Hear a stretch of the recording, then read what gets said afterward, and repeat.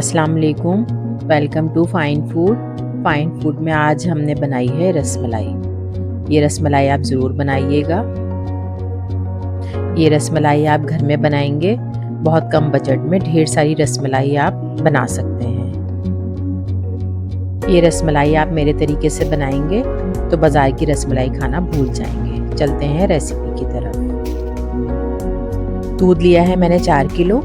2 kilo से हम बनाएंगे रसमलाई और 2 किलो दूध से बनाएंगे हम रसमलाई का दूध तैयार करेंगे।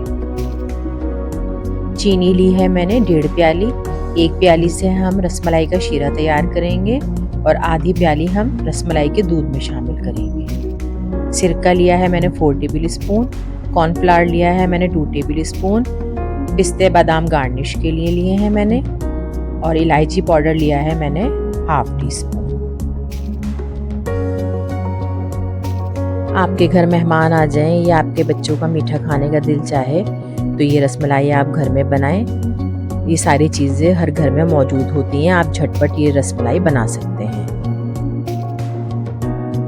ये 2 किलो दूध से हम रसमलाई का लिक्विड तैयार करेंगे।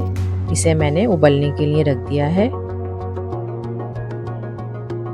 जब दूध में उबाल आ जाएगा तो फिर मैं इसमें चीनी शामिल कर दूंगी।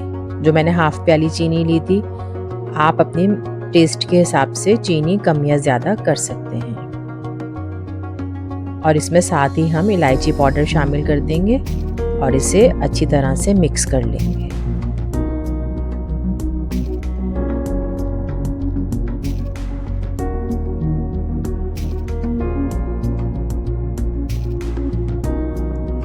और इसे हम पकने के लिए रख देंगे।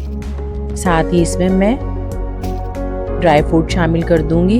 अभी मैं इसमें 1/2 ड्राई फ्रूट शामिल करूंगी, बाकी मैं गार्निश के लिए रख लूंगी। अब हम इसे स्लो आंच पे इतना पकाएंगे कि ये आधा रह जाए।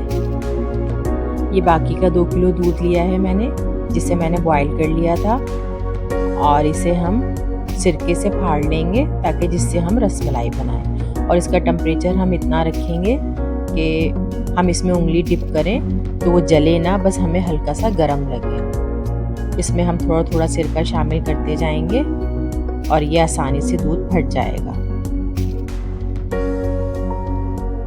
इसे हम सिरका शामिल करने के बाद 4 से 5 मिनट के लिए छोड़ देंगे तो आप देखेंगे कि ये आसानी से दूध फट गया है।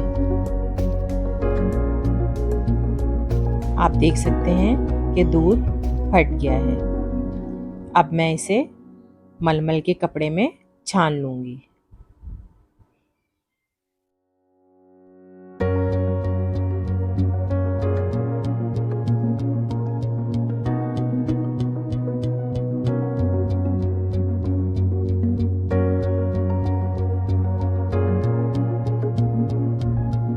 सारे दूध को हम मलमल के कपड़े पे छान लेंगे और फिर इसे निचोड़ लेंगे। दबा दबा के इसे निचोड़ लेंगे हम, ताकि सारा पानी इसका निकल जाए। अब मैं इसे साफ पानी से अच्छी तरह से धो लूंगी ताकि इसमें जो सिरके का टेस्ट है वो भी इसमें से निकल जाए।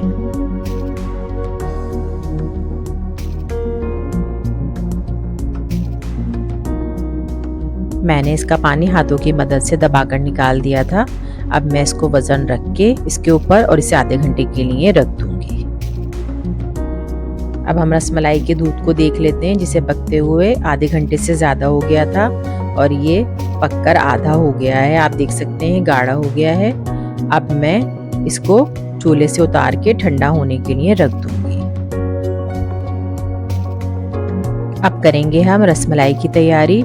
आप देख सकते हैं कि इसका सारा पानी निकल गया है। अब ये रसमलाई बनाने के लिए तैयार है। अब हम इसे हाथों की मदद से नरम कर लेंगे। आप इस तरह हथेली की मदद से इसे नरम करेंगे।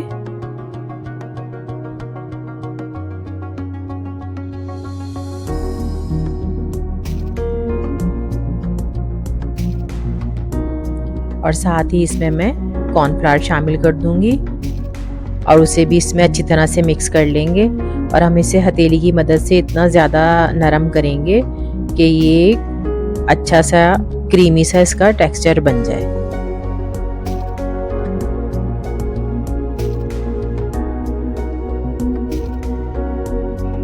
आप देख सकते हैं कितना अच्छा इसका नरम सा डो तैयार हो गया है। अब एक पैन में मैं 2.5 गिलास पानी शामिल कर दूंगी और साथ ही इसमें मैं जो मैंने चीनी रखी थी 1 प्याली वो भी मैं इसमें शामिल कर दूंगी और इसका हम शीरा पकने के लिए रख देंगे।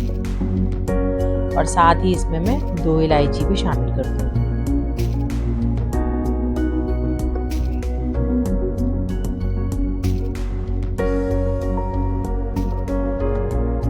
अब कर लेते हैं हम रसमलाई की तैयारी। आप देख सकते हैं कितना अच्छा ये क्रीमी बन गया था।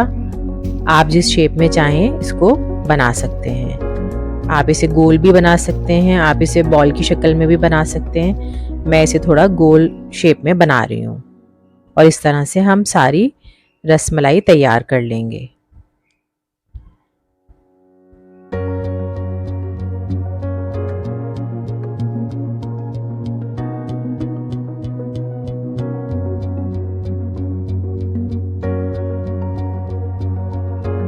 आप देख सकते हैं सारी रसमलाई तैयार है। अब जो हमने शीरा पकने के लिए रखा था उसमें मैं सारी रसमलाई को शामिल कर दूंगी और बस शीरे को हमें इतनी देर पकाना होगा कि चीनी इसमें हल हो जाए और इसमें हम इसे पकने के लिए रख देंगे।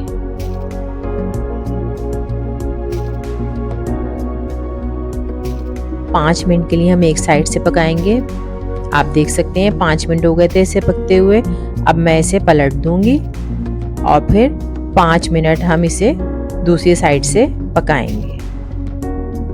आप देख रहे हैं कि ये पक्के साइज में डबल हो गई हैं और ये आसानी से आप इसे पलट दें।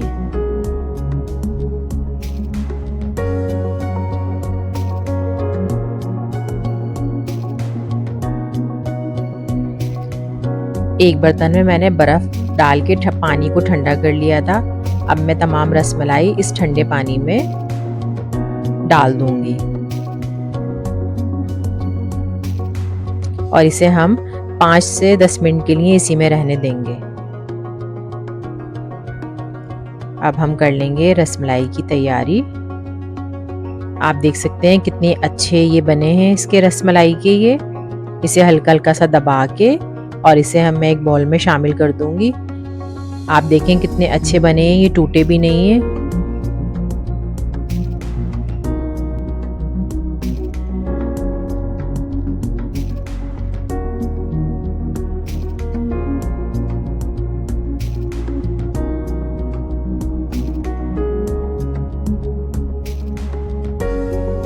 मैंने तमाम रसमलाई को बाउल में शामिल कर दिया है। अब जो मैंने दूध ठंडा करके रखा था वो भी मैं इसमें शामिल कर दूंगी